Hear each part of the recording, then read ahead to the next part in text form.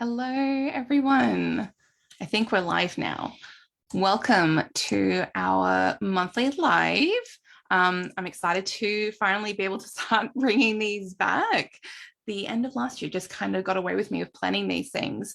Thank you so much to those of you who answered my poll, whether it was in my Instagram stories or in this group, to let me know which of the topics you were interested. We had a few to select from, and this was the overwhelming amount that people wanted to hear about. So we're going to be talking about managing our emotions when triggered.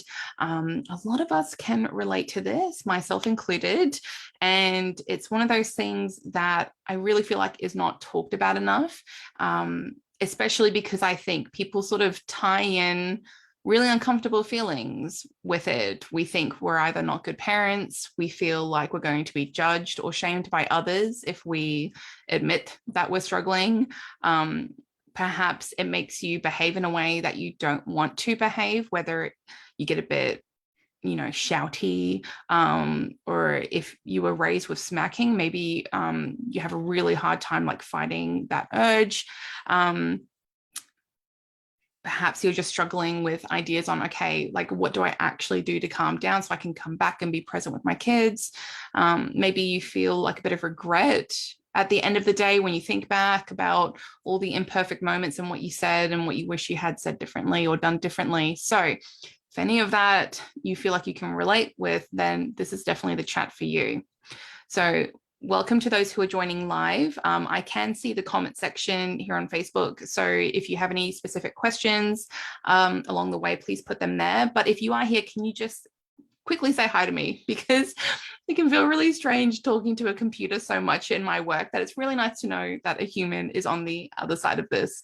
So yeah, just say a quick hi. And if you're watching this as a replay, just put like hashtag replay, still say hi, because it still feels like we're here together chatting along.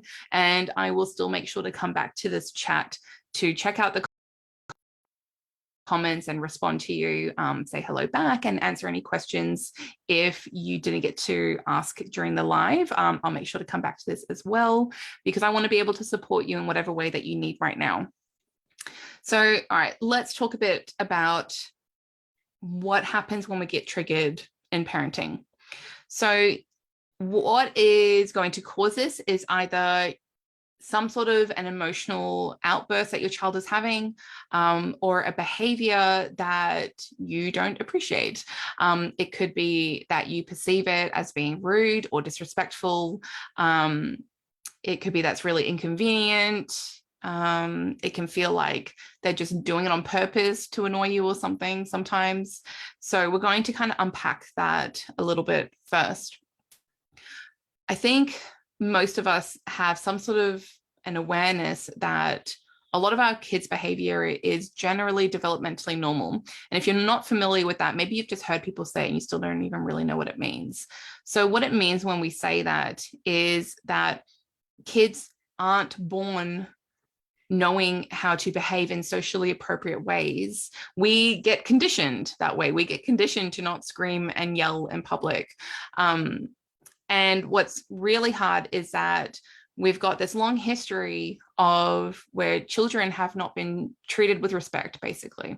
So either we've got the generations that were very neglected, and that was like the very children are seen and not heard sort of generation. That's more of like our grandparents, or they believed that you could spoil a child by holding them too much. So they were very neglected in that way. There's just like so much to unpack with the way that we see children now. So there is finally this shift happening in society a little bit, but especially if you're in this group or if you follow me, then it's likely that you're here because you're choosing to parent differently to how you were raised, or you have an awareness of the issue with how children are perceived in our society, and you're kind of fighting against that and trying to be inclusive and treat them like human beings, basically. I see a lot of comments of people saying that. They're like, what you're saying is nothing new. It's just treating kids with like respect. They're human beings. And it's sad that we have to label it with things like gentle parenting, but this is the world we're in right now. And we're just doing our best with the information that we have and the patience that we have. So when we have the emotional side coming up. So whether it's because your child's sad or angry and that makes you feel really uncomfortable, whether you don't know how to deal with it because maybe it's like such big outbursts, or if it's come about in a situation where you are like warning them not to do something and they've hurt themselves and got upset, and it's really hard to fight that urge of like, I told you so, and you're just kind of annoyed. Or if you're like busy trying to rush out the door and you know their socks feeling weird and they're like screaming, crying, and then you're stressed out because you have to rush off to work or school drop off, whatever it is. All of these emotions can get really mixed up and muddled, and you've got your kids' emotions, then your emotions come into it, and it just feels like a complete failure of a moment. And look, sometimes it is. We're not here to be perfect parents. There are going to be times where our emotions can still take over and get the better of us. And that's because of the way that our brain works. If you're not familiar with Daniel Siegel, he talks about the hand model of flipping your lid. He talks about that in a way to explain to children what's going on with their brain. But to be honest, for us as parents who don't have like neuroscience degrees, it's still really helpful for us to understand what's going on. Basically, it talks about how your logical side of your brain goes away. And so it's all this like emotional stuff that's very like biological, fight, flight, freeze sort of response.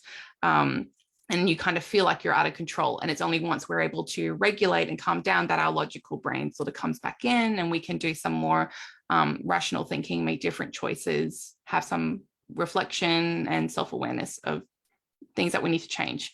So if you think about that with both kid and parent flipping lids, everyone's dysregulated. No good is going to come from that sort of a space. What you need to do as the first step is to get yourself calm. So if we are dysregulated, we're not going to be able to be there for our child through their emotions or behavior challenges.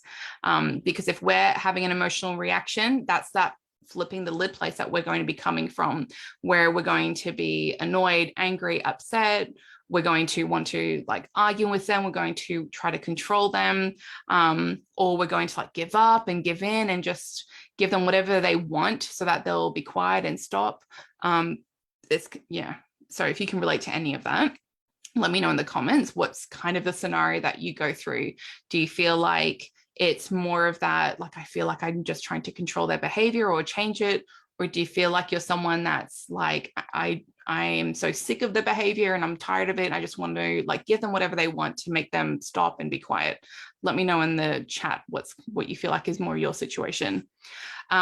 So the first thing to do is to calm yourself down. And this is going to look a little bit different depending on your child's age, depending on what is actually happening, depending on where you are, depending on how you are and what's happening. So I'll try to go through a couple of different scenarios to explain what I mean by that. So for example, if you have a baby and you can't just like leave them on the spot, it would mean that you need to go and put them somewhere safe, whether on the floor, on their playmat, or if you have a cot, putting them in there, somewhere where they're going to be physically safe and not in any danger. Or if you have someone nearby, giving them to that person so that they can still at least be responsive to the baby. But if you're alone, it just needs to be somewhere safe so that you can step away to collect your thoughts or whatever it is. And with the baby, we don't want that to be a very long time. So like maybe 5 minutes, maybe even less than that. It really depends on the way that you're parenting and how you feel, and you know your baby best. So yeah, putting them somewhere safe so that you can take a breather. If you have a toddler who's like moving and running around and you try to go to your room for some alone time, they might follow you.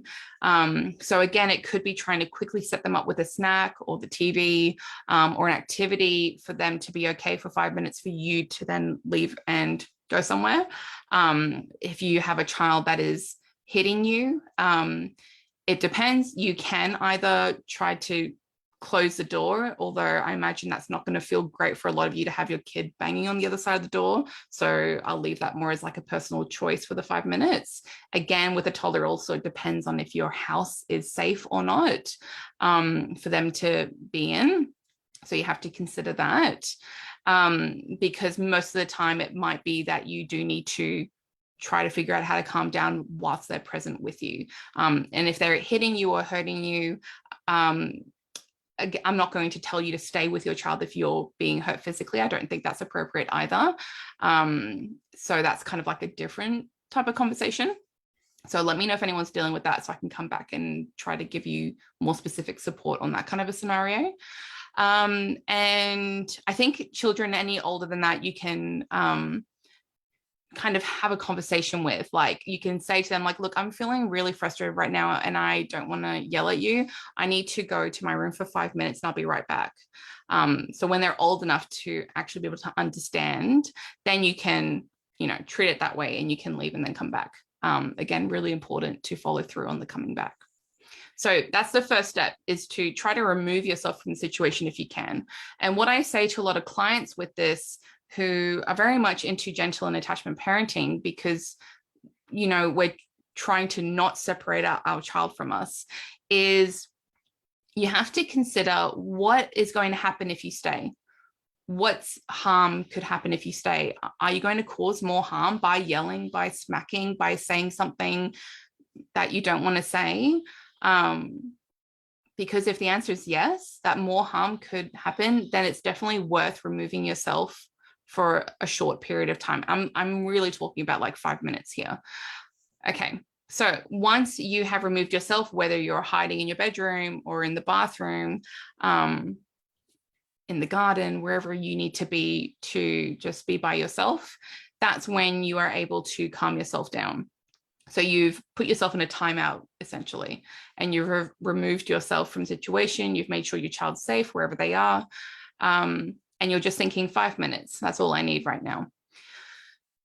This is where we need to have more of that mind-body connection going on. So some people will really encourage you to use like mantras and positive self-talk, and that's great. And that might work for you. It might be enough for you to be like, my kid's not trying to give me a hard time. They're having a hard time. And then that shifts into your empathy. And you're like, okay, I'm going to go respond to them now. That might not be enough, because you might be like, but I'm still like so annoyed and I just want to yell at them and be frustrated because like, why do they have to make everything so hard? So if that's where your brain's going, because you're talking back to that now, that's not going to be helpful. So if we come from a place of realizing that our emotions and feelings aren't all in our head, they're in our body, then we can approach it differently. So, for example, if you're sad, you cry. Emotions can present physically. If you're angry, you might feel like you want to stomp or punch something or get really tense. If you're anxious, you like feel your shoulders. You have like a tightness in your chest. So emotions and feelings present physically, which means that we need to approach regulation in a physical way. So this is where like nervous system regulation comes in, calming down your body. I also talk about it with that hand model, like we were talking about earlier, is if you can calm down your body, then your brain is part of your body, and then it's able to calm down for you in that sense as well, because it's very much linked to that fight, flight, freeze response. So this is where you can do self-regulation in the form of deep breathing. And I know that's not going to be for everyone. It might sound more simple than it is going to be, but it's also dependent on the way that you're doing your deep breathing. So you actually need to do it in a particular way, which is mostly about holding it for a moment. And the biggest factor of deep breathing to actually be effective is really drawing out that controlled out breath. So I go by 4-2-6, mostly because I just like even numbers, but it works for this. So if you breathe in, counting for 4 seconds, hold your breath for 2 seconds, and then breathe out slowly and controlled for 6 seconds.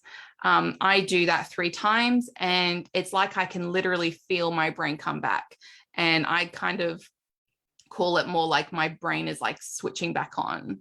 And then I'm able to have my logical thinking and do some of that self-talk if I need to, like, it's okay that I'm having a hard time. Like, I'm tired. I didn't get much sleep last night. And, the kids maybe had too much sugar today, or, they're out of sorts because we had a really busy weekend, whatever it is that you need to kind of give yourself that like acknowledgement and validation, and also compassion, not blame. So blaming your kids and blaming yourself is never going to work. It's not going to be helpful at all. You want to treat it with understanding and compassion always. So yes, deep breathing can be a strategy to try, and practice this not in the moment. You want to build it up like a muscle memory. So even now, as you're watching this, start doing that 4-2-6. You'll also realize how long that 6 actually feels out. So it's good to practice that. Another thing you can do treating self-regulation in a physical way is to do PMR, which is progressive muscle relaxation. I find this particularly useful if the emotion you're feeling is anger. So think like head to toe, or even in the reverse, doesn't matter. Just try to work from one part of your body down to the other, tensing each bit for a couple of seconds and then releasing. So it could be like tensing your face and then releasing, tensing your shoulders, releasing, tensing your arms, releasing, tensing your fists, releasing, stomach, hips, thighs, feet. So just go through each part of your body, singling, is that the word? Like single out an individual part of your body, tense it for a couple of seconds, just pick a number like 3 seconds or 5 seconds, and then release. Again, that's a way to calm down your body, and by the end of it, you might feel a bit more present. If you are someone that is really anxious, or perhaps even if you feel like you're going to have a panic attack, or you have a history of a panic attack, things like splashing cold water on your face, or holding ice cubes in the palm of your hands can be a really helpful way that kind of like shocks your body into going, something's happening, and it kind of like helps bring your brain back. There's more of a scientific explanation. That's just my really quick, brief way of trying to explain what's actually happening. Even like eating a sour lolly, like something that's like really shocking to your system, it like flicks something and then it brings you back to the present. I'm like butchering that explanation, but that's okay. It doesn't matter.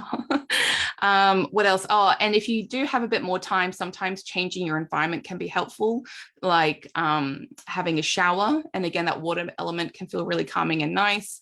It's not about being clean for the shower. It's just about using it as a tool to help calm yourself down. It could be going for a walk outside if you have a backyard, like barefoot, standing in the grass, some sort of like a grounding technique. Shifting up your environment can be helpful as well. And then another really good go-to is sending a message or calling a trusted friend or partner or loved one who you can have like a really quick vent to, or even like a Facebook group if you're in one. Our Facebook group, you can always message in here if you're having a hard time. You need to quickly vent and get it out and get support. So yeah, those are like my top strategies that you can use. It kind of targets a few different areas, whether you feel like you're better with self-talk, or if you really like that kind of meditation, deep breathing stuff, relying on others and community, and really tapping into that physical element of calming down.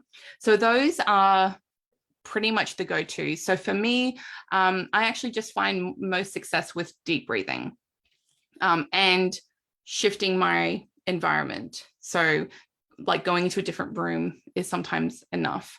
And in extreme cases, it could, especially if you're trying to not smack your kids, helpful things can also be like screaming into a pillow or like punching a pillow. Again, do that in your room where the kids aren't watching, because you don't want to scare them.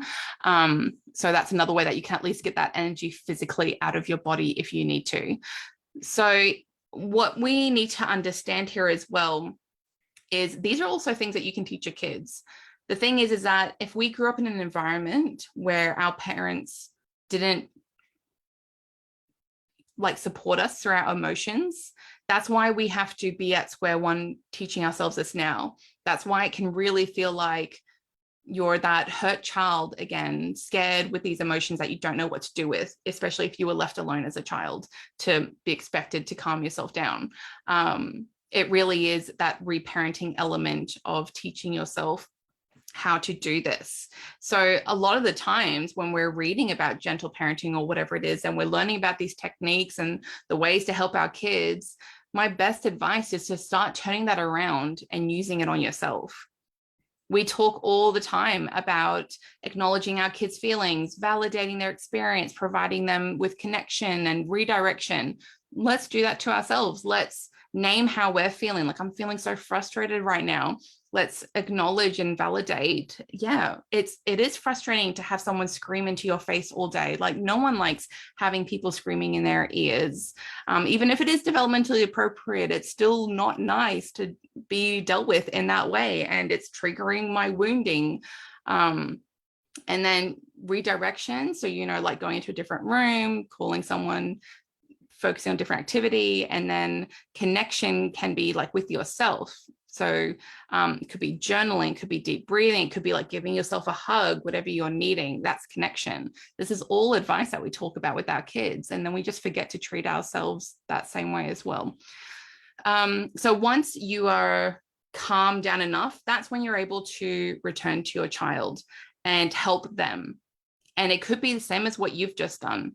So with breathing, for example, we call it blowing out the candles. And so I teach my kids and I give them a choice. Do you want to use my hand or your hand? They always choose mine. And you get them to blow out. So they go and blow out each candle one by one. Don't be like how I was with you, being like, no, you got to blow longer. Get to that as they're older. For now, it's good to just start teaching those strategies. And that's just one example. Another thing could be like getting outside, going on a trampoline. A water element can still be really helpful, whether you want to chuck them in the bath or if you have like a water table, or get them in the sink in the kitchen, washing dishes, whatever it is. You can still use a lot of those similar elements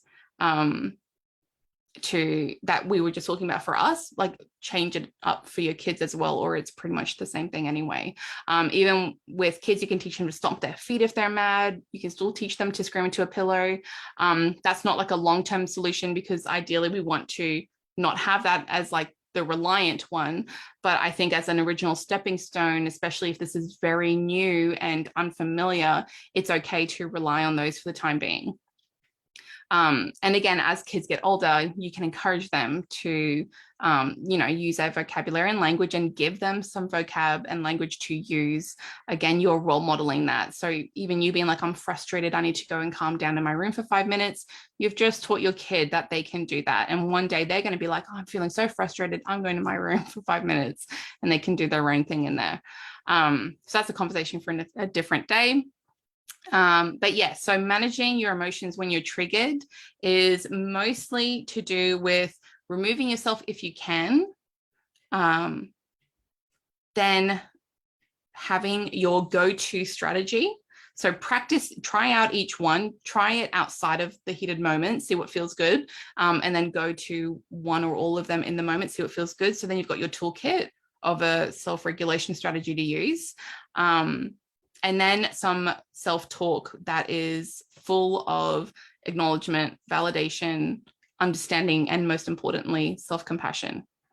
So those are my 3 biggest tips and steps, things that I personally use, things that I encourage my clients to use as well when we are to manage our triggers in parenting, because yeah, parenting is really hard. Having to support someone else in their emotions and behavior is hard. Co-regulation is hard. This way of parenting is not the easy way out. I shared a post a while ago talking about how gentle parenting, it's not very gentle for us. It doesn't feel gentle for us. It's a lot of work, and reminding yourself of why you're doing this is so important, because it's all about the long-term outcome of how we are wanting to raise our kids differently. It's just that no one told us we were also going to have to raise ourselves differently during it. And that comes to reparenting. If you want me to do a live chat talking more about anything else I've mentioned, whether it's about kids hitting, or whether it's about reparenting, or what do you do then? Like, what comes after you being triggered? How then do you deal with your kids when you've calmed down? How do you help regulate them? How do you discipline them? And we're talking about discipline meaning teaching, as in helping them understand like either choices or consequences, or whatever. We can definitely do more chats about that. Just let me know what you want to hear about, and I can chuck up some polls and you guys get to decide.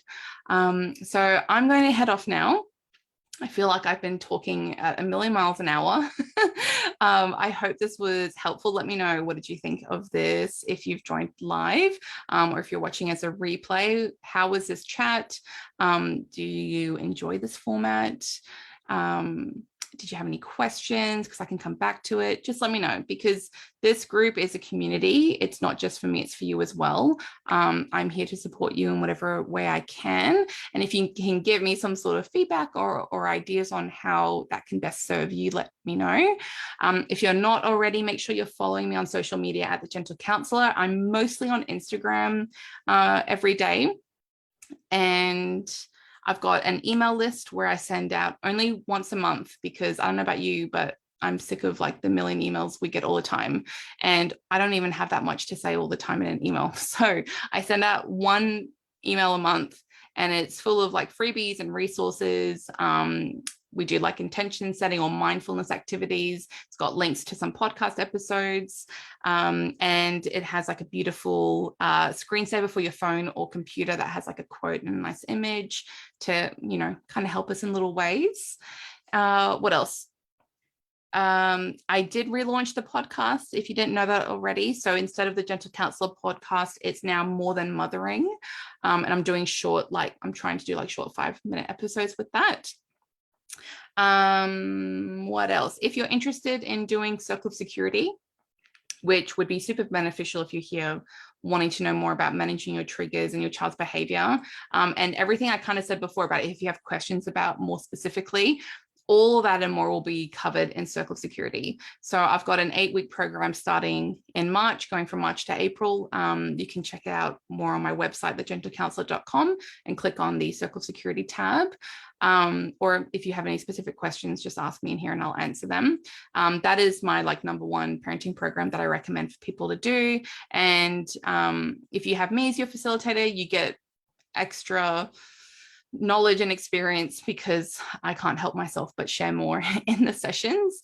And yeah, it's like another way that you can get like one-on-one support from me as well. Even in a group setting, it's still very much like one-on-one.